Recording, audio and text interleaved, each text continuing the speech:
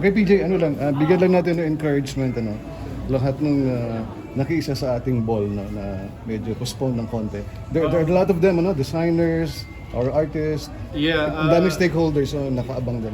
a lot of us, of course, are disheartened upon the postponement of the ball. But as I was told, it's going to be held again soon, hopefully. And I just want to encourage all those that, of course, nagpagawa ng mga damit nila. You know, it's still happening. It's still happening sometime soon. So just keep on praying for us to get back on our feet as well and to be able to celebrate with you guys sometime soon. Keep praying for us. Okay, hindi ka maaaring mawala dun, ha? Yes, Tito Mario. Basta wala ka. Basta nandun ka. Okay, I think you have a trip to an Asian country, no? By the first week of October, no? Where am I going? Saan ako pupunta? Hindi ko masabi.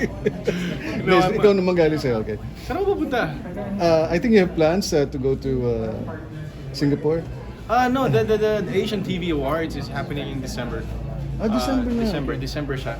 But Here I'm in touring Manila. first in Manila, and then we're also doing in Singapore for the awards night.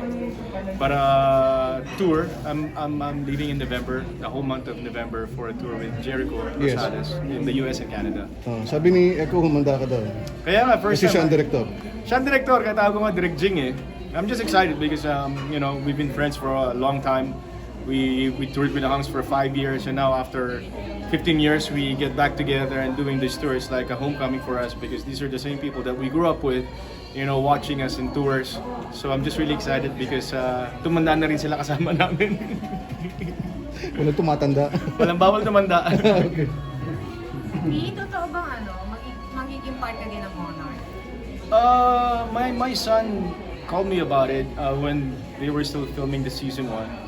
And I don't know whose idea it was, pero sabi nga niya, if ever na mag-growing story, sabi niya, if they need to find a father of Inigo, sabi niya, sana raw ako. So, let's see. Yeah. Pero you are interested, Piolo.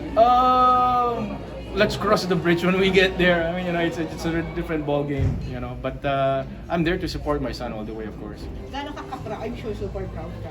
Napapasmile ako lagi pag may mga mababasa akong articles, pag may nagpo-forward sa akin ng mga snippets nung show niya, especially from the States. Even my relatives from the States are so proud of him. Alam mo yung napapanood mo sa prime time sa States, sa Fox, na talaga namang sabi ko, you know, kahit kinlame natin yan, hindi mo isipin na mangyayari ngayon, nangyayari na. And I'm just really happy and I hope, you know, he continues to grow as an artist. You know, he's only 25 but he's done so much already and I hope he doesn't rest on his laurels and he doesn't get complacent.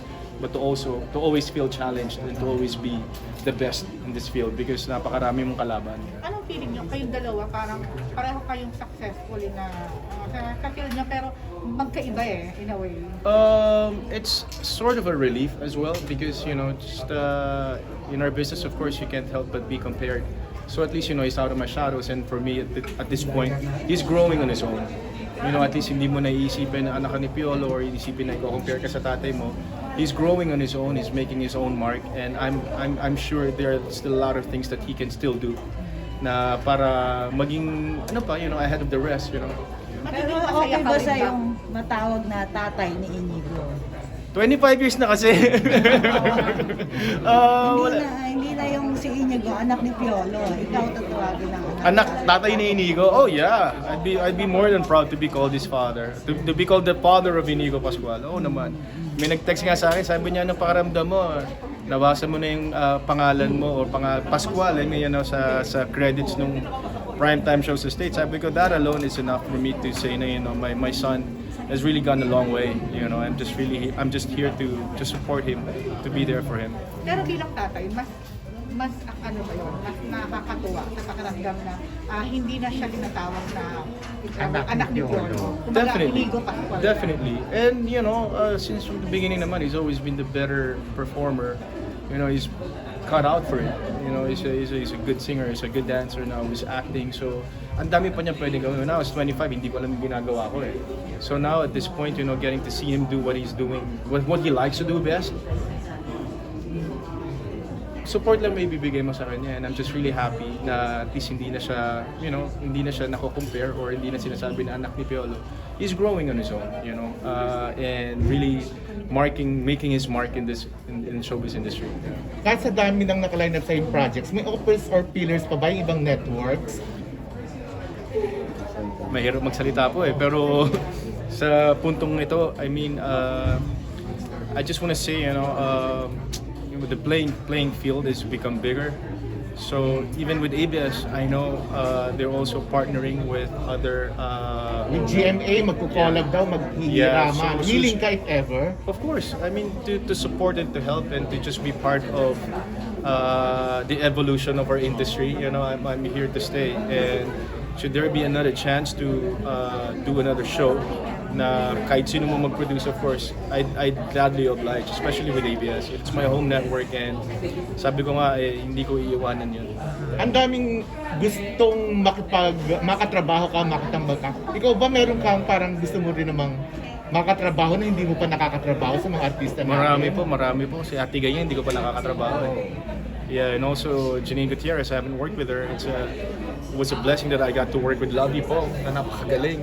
And then I was talking to Bea, I hope we get to do something again. And even with Jericho, I mean, my peers in the industry, even with the Ann Curtis, napakaliit ng industriya, sana makapartner ko sila, even with Maha, yung mga ganun, na magagaling talaga. Piolo, your thoughts lang on the evolution and changes in Philippine TV landscape? People have to work and people have talent, so it's especially for the new guys. There are a lot of options, there are a lot of streaming platforms that need content, so it's high time for us to produce, high time for us to create content that would make a difference. So I'm down. Piolo, may nag-iba ba sa'yo sa priorities mo? Ito yung nangyari sa pandemic with regards to you being the producer, actor, may nabago ba? Personally, nabago yung routine ko. Mas marami na akong time sa bahay ngayon. As a producer, we became more strict in terms of content creation because it's not just about making money, but it's making something worthwhile, especially for films, especially for series. Like when I did Flower of Evil, even if it was hard, it was worth it because it will make a difference. And for me as a producer, it's important to showcase Filipino talent. And we've been talking to different streaming platforms. When we were in Singapore, Amazon is interested to partner up with us. Netflix is also interested, and also View. So this is the right time, to create something different, something big, and to showcase Filipino talent to the international scene. So medyo pa shy away ka na rin doon sa mga pang-theater release? Ever since the pandemic, I've always known it's gonna be hard to get back to the cinemas. But I was talking to my dad, Tito Pip, sa FDCP. Sabi ko, whatever support you need from us, my peers and I, my contemporaries and I are willing to help. And hopefully, we get back on our feet. But cinema-wise, I still doubt it will come back anytime soon. That's why we're focusing on streaming platforms, which is not, exactly different from a movie experience.